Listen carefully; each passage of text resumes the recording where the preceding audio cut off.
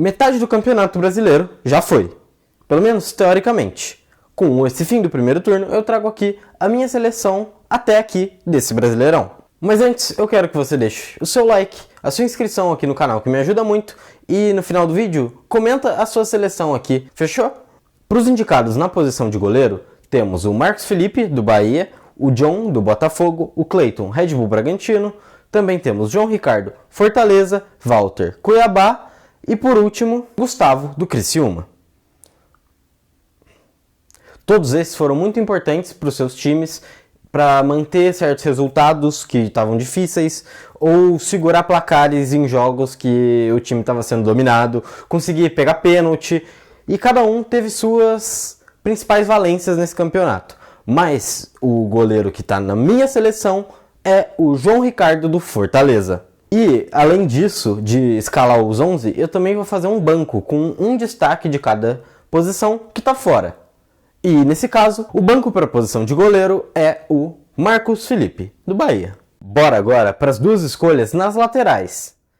Os indicados são William, do Cruzeiro, Cuiabano, do Botafogo, que começou o campeonato pelo Grêmio, Esquivel, do Atlético Paranaense, René, do Internacional, Claudinho, do Criciúma, e também temos o João Lucas, do Juventude. Para a lateral direita é quase que incontestável. O William, do Cruzeiro, é o nome da vez.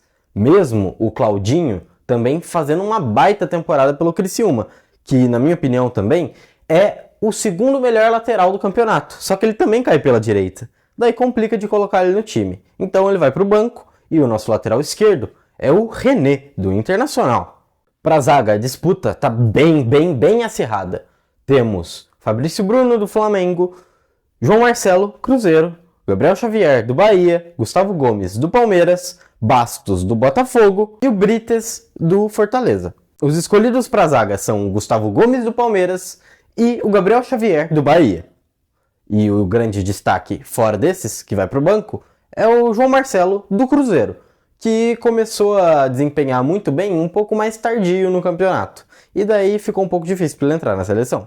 Para disputar a posição de volante, temos apenas 5 candidatos. E eu explico por quê assim que eu terminar a escalação. São eles: Caio Alexandre, do Bahia, Marlon Freitas, do Botafogo, Aníbal Moreno, do Palmeiras, Dela Cruz, Flamengo e Fernandinho, Atlético Paranaense. E a minha escolha aqui vai ficar com a dupla rubro-negra, Dela Cruz e Fernandinho. Eles são os volantes dessa minha seleção. O destaque no banco de reservas vai para o Caio Alexandre, volante do Bahia, que também ficou muito próximo de figurar aqui nessa seleção. Nesse campeonato, tivemos uma grande apresentação dos meias, muitos meias de altíssima qualidade.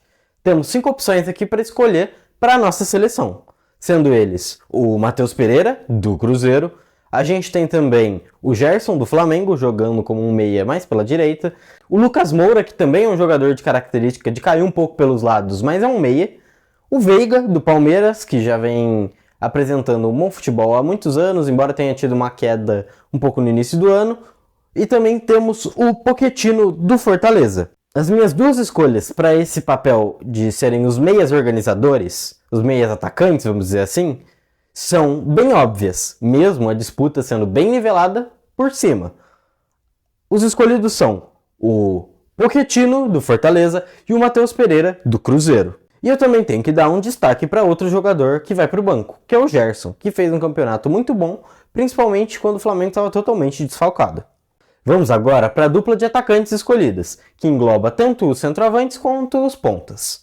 Candidatos são Elinho, do Bragantino, Pedro, do Flamengo, Lucero, do Fortaleza, Júnior Santos, do Botafogo, o Paulinho, do Galo e também o Luciano, do São Paulo. Um dos nomes era bem óbvio, que é o Pedro, que por muito tempo no campeonato foi tanto artilheiro quanto líder de assistências.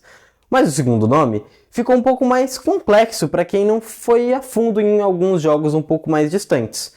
Mas o segundo escolhido é o Elinho, do Bragantino, que foi muito bem no campeonato até aqui, superando o Júnior Santos, que teve um início avassalador no Botafogo, e o Lucero, que vai fazendo seus gols no Fortaleza e é vice-artilheiro do campeonato no momento da gravação do vídeo. Inclusive, a disputa entre os dois para escolher quem vai ficar pro banco já é super difícil. Mas eu vou optar pelo Lucero. Então, temos aqui a nossa seleção completa e também o banco. Mas ela precisa de um comando, certo? Então vamos à escolha do técnico e do auxiliar. Temos 6 indicados a melhor técnico do campeonato. São eles os técnicos da dupla mineira, tanto o Milito quanto o Seabra, também o Vojvoda, o Abel Ferreira, o Tite e o Arthur Jorge, técnico do líder do campeonato. A escolha aqui é realmente muito difícil. Os técnicos ficaram muito parelhos, mas na pontuação final entre seus concorrentes, um acabou se destacando um pouquinho mais. E esse foi o Vojvoda, do Fortaleza. E seu auxiliar, que seria o segundo melhor técnico do campeonato, é o Tite, do Flamengo. Então, por fim, essa daqui é a minha seleção do campeonato. Os melhores até aqui nessas 19 rodadas. Só que antes de terminar o vídeo, eu tenho que te explicar o critério que eu tomei para escolher esses nomes em específico, certo? Afinal, ficou muita gente boa de fora. Então, eu vou te explicar passo a passo. Eu decidi pontuar os melhores em 6 categorias de cada rodada. Essas categorias são goleiros, zagueiros, laterais, meio-campistas num geral, atacantes e técnicos. Nisso, os 3 melhores em cada rodada por inteiro, ou seja, considerando todos os jogos que aconteceram naquela rodada, iam ganhando pontinhos. E como esses pontos funcionavam? 3 para o melhor de cada categoria, ou seja, 3 para o melhor goleiro, 2 para o segundo lugar de melhor goleiro e 1 para o terceiro. É simples, né? Tendo em vista essa pontuação que foi decorrendo durante as 19 rodadas, eu fui conseguindo adotar um critério de consistência dos jogadores. Porque por muitas vezes a gente esquece um começo ruim de um jogador e se prende muito ao momento. Então eu quis pregar aqui pela consistência num geral. Então quem tem mais pontos em 19 rodadas são os mais consistentes, correto? Só que a gente tem que considerar que esse ano o Campeonato Brasileiro tá maluco. E nisso, muitos jogadores foram para a Copa América, muitos times estão com 3, 4, 5 jogos a menos que os demais. E por conta disso, a gente tem que adotar um critério para parametrizar essas notas. Para botar todo mundo em grau de equivalência. E a forma que eu achei foi um aproveitamento de pontos possíveis. Como que funciona isso? Cada vez que um atleta joga numa rodada, pelo menos 20 minutos, que é o tempo mínimo que eu coloquei para poder contabilizar uma pontuação para algum atleta, menos que isso ele não ganhava ponto. Dessa forma, assim que o atleta ficava em campo por mais de 20 minutos, concorda comigo que ele poderia ganhar 3 pontos se ele for o melhor da categoria dele? Então, a gente coloca simplesmente a pontuação dele simples dividida pela pontuação possível dele, que é 3 vezes o número de rodadas que ele atuou mais de 20 minutos. Fechou?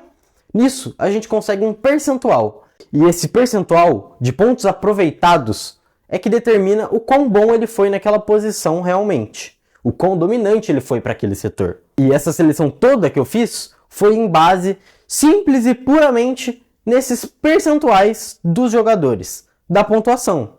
Ou seja, um jogo mais difícil e mais fácil valia exatamente a mesma coisa. Afinal, são 3 pontos independentemente do tipo de jogo. Eu vou estar deixando aqui embaixo de cada nome que foi escolhido para a seleção e para o banco a sua pontuação, os pontos possíveis e o percentual de aproveitamento de pontos. E isso também vai nos dizer qual foi o craque do campeonato até aqui. E ele é indiscutível.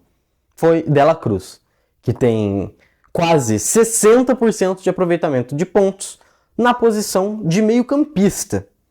Ah, vale ressaltar também que eu não peguei para a seleção nenhum atleta que tenha jogado menos que 9 jogos, que é a metade do turno até aqui.